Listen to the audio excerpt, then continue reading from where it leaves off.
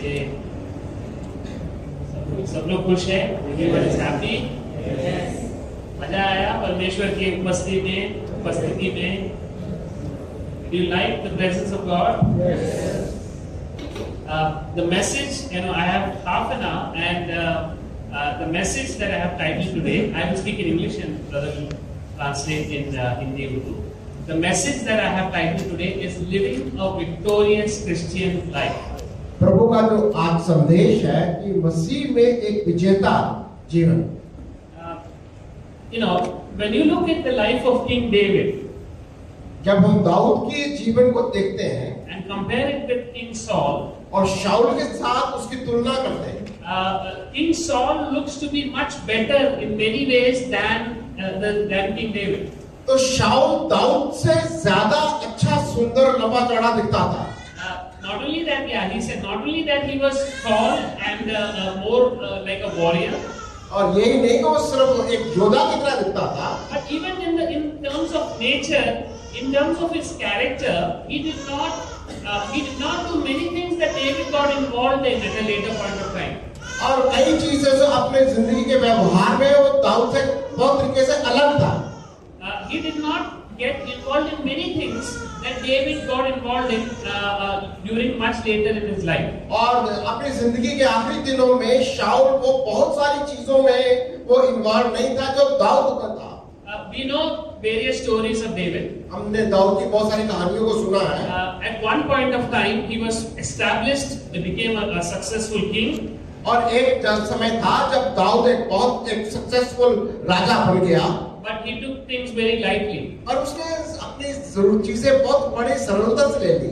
A lot of times a lesson that we learn from there, a lot of times when we become successful, we tend to forget God. कई बार हम बहुत सफल जब हो जाते हैं तो हम चीजों को बहुत हल्का लेना शुरू कर देते हैं। And David, it happened the same with David. और यही दाऊद के साथ हुआ।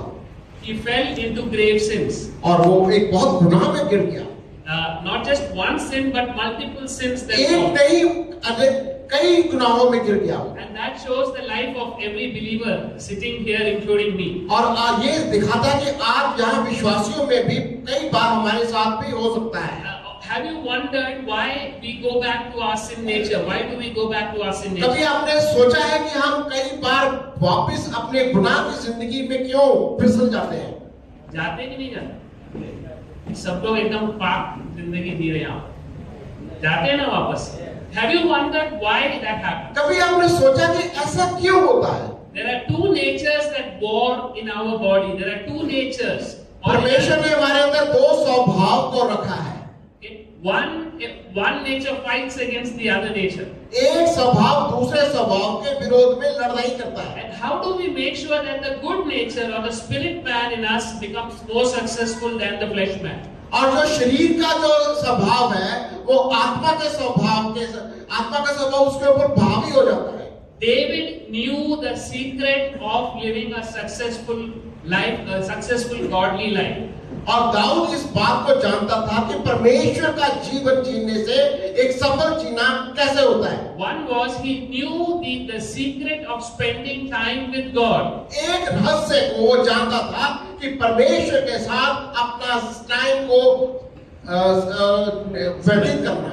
He knew that spending time with God he would know the character of God. और जानता था कि खुदा के साथ अपने वक्त को गुजारना खुदा के स्वभाव को समझना है।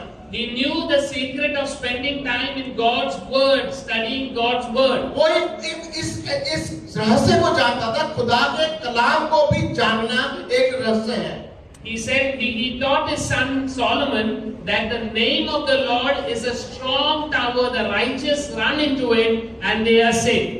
और उसने अपने बेटे सुलेमान को यह सिखाया कि परमेश्वर का वचन एक मजबूत गढ़ है जिसके अंदर विश्वासी जन दौड़कर शरण पाता है। In the Old Testament, the name of the Lord depicted the character of God. और पुराने नियम के अंदर परमेश्वर का नाम उसके नेचर को दिखाता है। So it can also be translated, the character of God is a strong tower, the righteous run into it and they are saved. परमेश्वर का नाम एक मजबूत गढ़ है जिसके अंदर विश्वासी दौड़कर शरण पाता है। He knew the name of the Lord. वो परमेश्वर के नाम को जानता था। Number two, दूसरी बात, he knew that his success did not come with material things, not by his army. वो जानता था कि उसकी सफलता का कारण उसकी कोई सेना नहीं है, कोई शारीरिक संसारिक शक्तियां नहीं है। He says in one part, it says in the Bible, some may trust in chariots, some may trust in horses, but we will trust in the name of our Lord. कई एक जगह पर वो कहता है कि कईयों को घोड़ों पर, रथों पर भरोसा होगा, परंतु हमें अपने परमेश्वर पर भरोसा है। Remember when he went to fight King Goliath, fight Goliath. जब वो गोलियत से लड़ने के लिए गया था, आपको याद है? You remember what he said? He said, "You may come with me with a spear and a bow and an arrow, but I come to you in the name of the Lord our God." उसने गोलियत से क्या कहा? तू अपने भाले के साथ, अपनी तलवार के साथ मेरे सामने आता है, पर मैं अपने परमेश्वर यहोवा के नाम से आता हूँ। Today we are going to look at Psalm 51. आज हम भजन 51 को देखेंगे। So please turn with me. अपनी बाइबल को खोल Psalm सकते हैं। 51. This happened. This psalm was a prayer that King David offered just after he committed the grave sin of murder.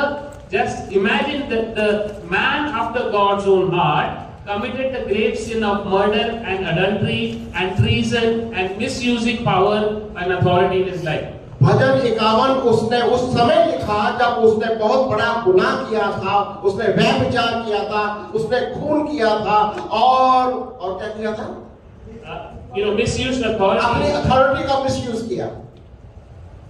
But immediately after that, उसके बाद उसने भजन 51 लिखा। he writes Psalm 51. He writes Psalm 51. उसने भजन 51 को लिखा। Okay, so we'll do this in English and Hindi. It says verse 1. पहली आयत को Okay, हम लोग इसको रिपीट करेंगे। Okay, सब लोग रिपीट करेंगे नहीं करेंगे? Okay, have mercy upon me, O God, according to your loving kindness.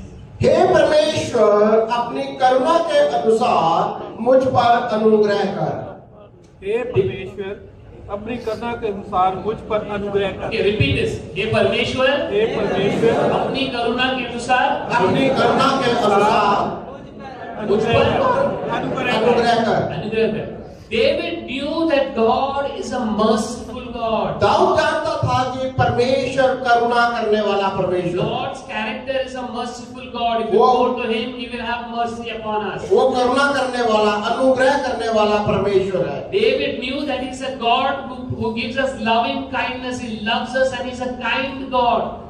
Dawood जानता था कि परमेश्वर अनुग्रह करने वाला परमेश्वर है। Then it says, according to the multitude of your tender mercies. उसने कहा अपनी बड़ी दया के अनुसार मेरे अपराधों को क्षमा कर। He knew that God is a tender, merciful God. He has mercy upon us. वो जानता था कि परमेश्वर दया करने वाला, क्षमा करने वाला परमेश्वर है। Then he says, blot out my transgressions. उसने कहा मेरे अपराधों को मिटा दे। बोलेंगे साथ में, मेरे अपनी do we feel dirty when we sin? जब हम गुनाह करते हैं तो हमको कुछ लगता, ग्लानि होती है? नहीं लगता? नहीं लगता तो आपको यहाँ होना नहीं चाहिए। यहाँ है तो लगेगा आपको। When we sin, we feel very dirty from within. जब हम गुनाह करते हैं तो हमें बड़ा गंदा महसूस होता है। And he says, blot out my transgressions. उसने कहा मेरे गुनाहों को तुम माफ कर दे। He knew that God, as a priest, as a high priest, can blot out his transgressions. वो जानता था कि खुदा एक महायाजक की तरह है जो हमारे गुनाहों को मिटा डालता है। We see in the New Testament that when we ask God, He will forgive us our sins and cleanse us from all unrighteousness. पुराने नियम से हम पढ़ते हैं कि परमेश्वर हमारे सिर्फ गुनाहों को माफ ही नहीं करता, हमारे गुनाहों को मिटा भी डालता है। The blood of Jesus, God's Son, cleanses us from all our sins. प्रभु यीशु मसीह का लहू हमारे गुनाहों को माफ ही नहीं, साफ भी कर देता है। The only thing we need to do is approach God and ask for mercy. हमें सिर्फ करना क्या है? परमेश्वर के पास जाना है और उसका अनुग्रह मांगना है। You look at the next verse, verse 2. दूसरी आयत को देखते हैं। He says, wash me thoroughly, wash me. I am feeling dirty from within. Wash me thoroughly. दूसरी आयत में कहता है मुझे भली भांति धोकर From my iniquity. मेरा अधर्म दूर कर।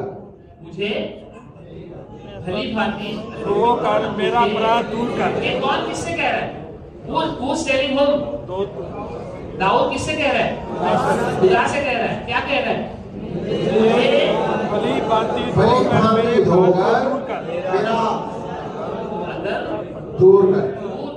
Okay, cleanse me from my sin. मेरा पाप निरंतर मेरे सामने दृष्टि में रहता है। Cleanse me from my sin. मुझे धो। मेरे पापों से मुझे शुद्ध कर। Now look at verse 3. He says, I acknowledge my transgressions. मैं अपने अपराधों को जानता हूँ। And my sin is always before me. मेरा पाप निरंतर मेरी दृष्टि में रहता है। Now imagine, you all know, I am not going to repeat what David had done, but imagine this screen and David is saying, my sin is always before me. और मेरा पाप निरंतर तेरी दृष्टि में रहता है। But he says, I acknowledge my transgressions. और वो कहता मैं अपने अपराधों को जानता हूँ। Secret number 2. Okay, secret number 1 ये is confess your sins. हाँ, दूसरा सीक्रेट है कि अपने गुनाहों का इकरार करना। Secret number 2 is have ownership for your sins. Acknowledge and say, I am a sinner. Don't put it on others. दूसरा रहस्य ये है कि अपने गुनाहों को मान लेना है। He says, wash me thoroughly from my iniquity and cleanse me from my sin. मुझे मेरे अपराधों से क्षमा कर और मुझे पापों से धो डाल। For I acknowledge my transgression, my sin is always before me. मैं अपने अपराध मेरे सामने रहते हैं। मैं अपने अपराधों को मान लेता हूँ। Verse 4, it says, against you only have I sinned.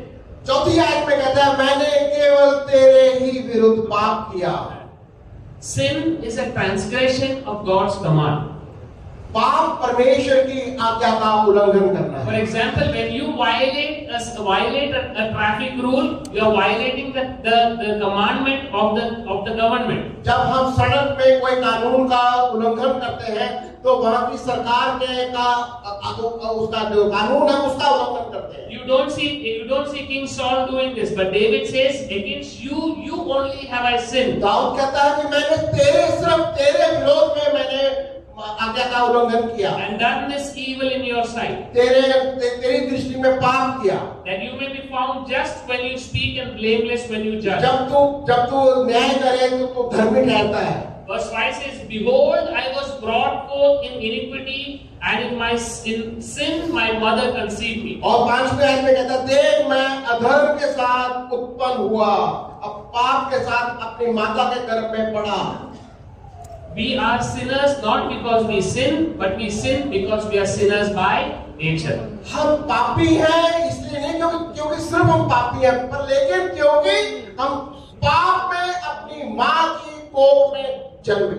We have inherited the sin nature from our first father and our first mother. हमारा पाप का स्वभाव वो पहले आदम से हमारे तक पहुंचा।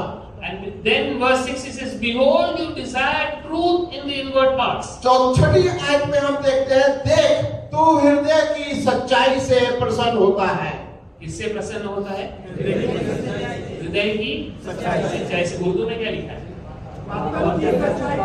किसकी सच्चाई से? हृदय की सच्चाई से प्रसन्न होता है। Very good. And it says, and in the hidden part you will make me know wisdom. और मेरे मन ही में ज्ञान सिखाएगा।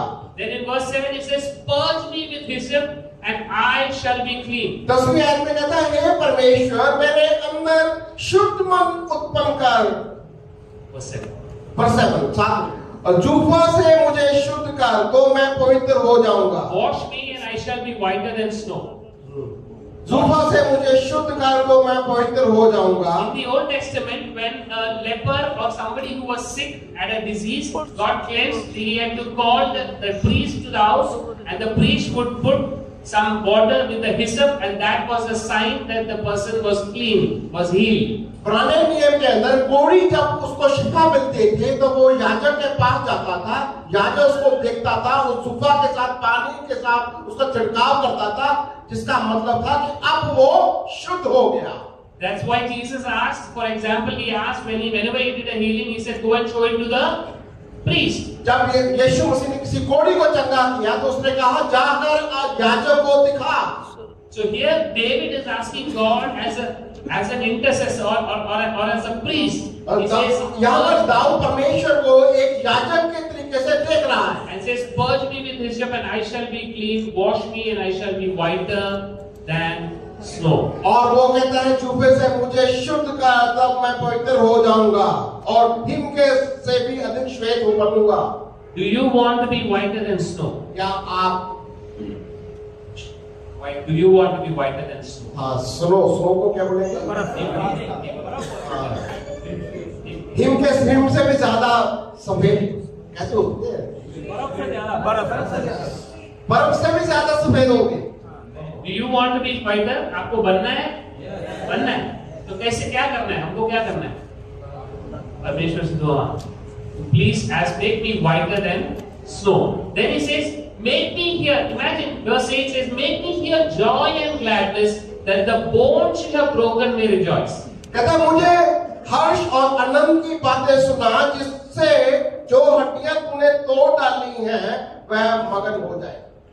You think God had broken his bones, or what was happening inside him because of his sin? आपको क्या लगता है कि दाऊद के साथ क्या उसकी हड्डियां क्या टूट गई थी क्या? What was happening because of his sin? What was happening inside his body? पाप के साथ उसके साथ क्या हो रहा था? He had lost his joy. उसका आनंद खत्म हो गया। He had lost his gladness. उसका आनंद खत्म हुआ।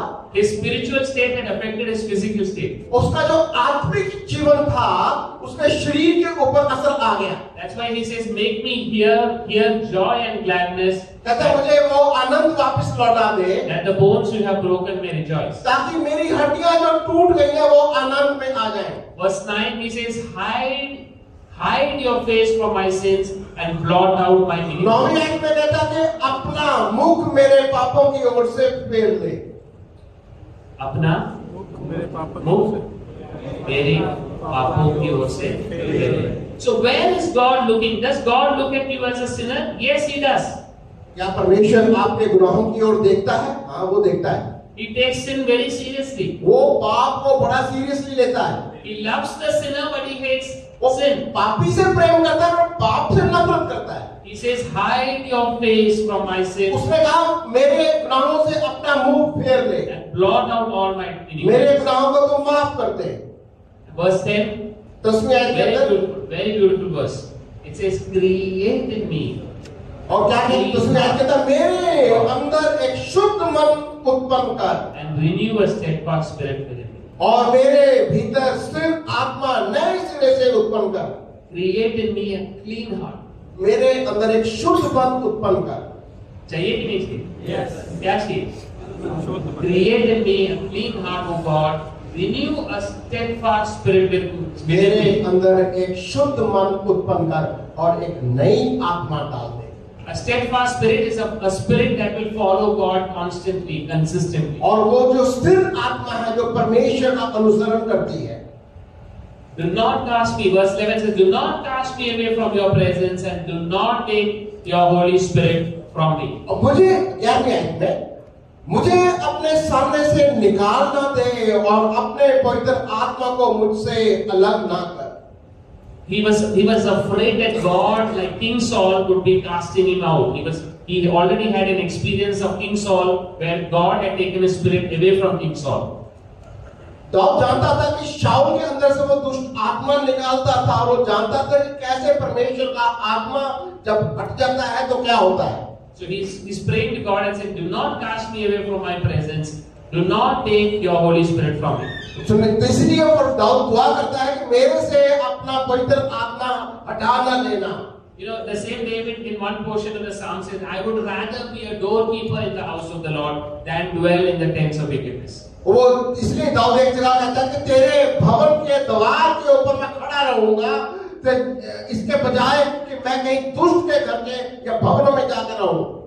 Verse 12 says, restore to me the joy of your salvation. और 12वीं आयत में कहता है कि अपने किए हुए उद्धार का हर्ष मुझे फिर से दे दे। When we sin, we forfeit or we lose the joy of our salvation. You don't lose salvation if you are a real believer, but you lose the joy of your salvation. जब हम पाप करते हैं तो वो उद्धार का जो आनंद होता है उसे खो डालते हैं। So When he says, restore to me the joy of your salvation and uphold me by your generous spirit. और 12वें में कहता है अपने किए हुए उद्धार का हर्ष मुझे फिर से दे और उदार आत्मा देकर मुझे संभाल. And then he goes on, verse 13. That's not all. That is not all. He goes on to say, then I will teach transgressors your ways, and sinners shall be converted to you. 13वीं आयत में फिर वो कहता है तब मैं अपराधियों को तेरा मार्ग सिखाऊंगा और पापी तेरी ओर फिरेंगे. Once we are cleansed, once शुद्ध हो जाते हैं, once we are restored in our relationship with God, जब हमारा संबंध खुदा के साथ वापस जुड़ जाता है, it is our responsibility to share this good news with others. तब हमारी जिम्मेवारी बन जाती है कि ये खुशखबरी दूसरों को भी पहुंचाए. But it happens in a process. पर ये एक तरीका है.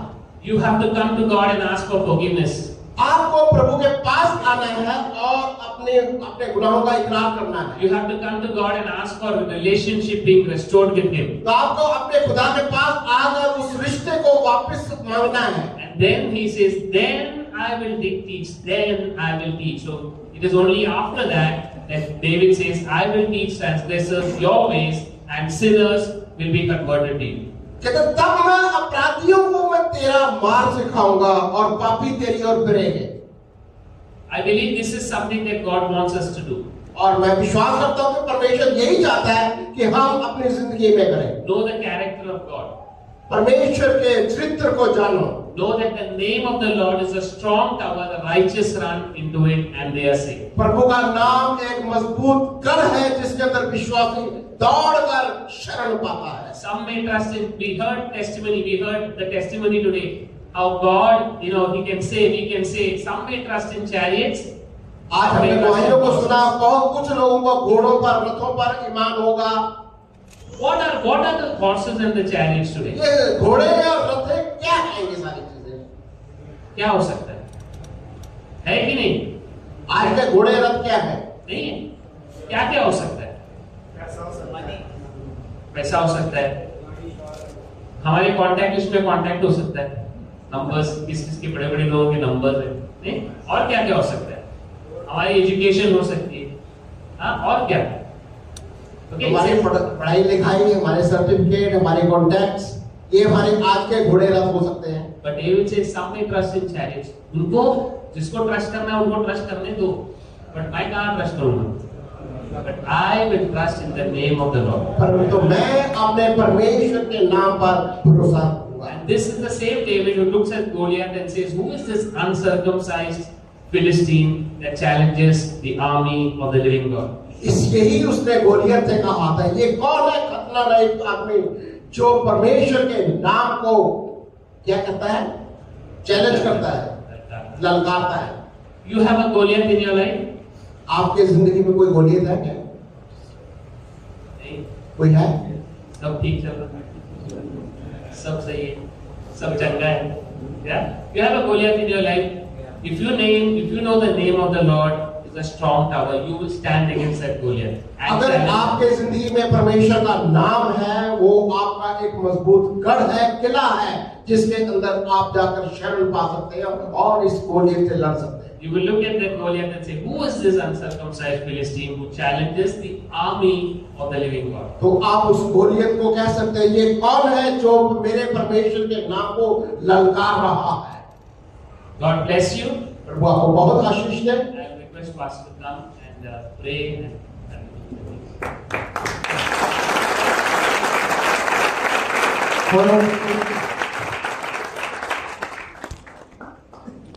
आज हम खुदा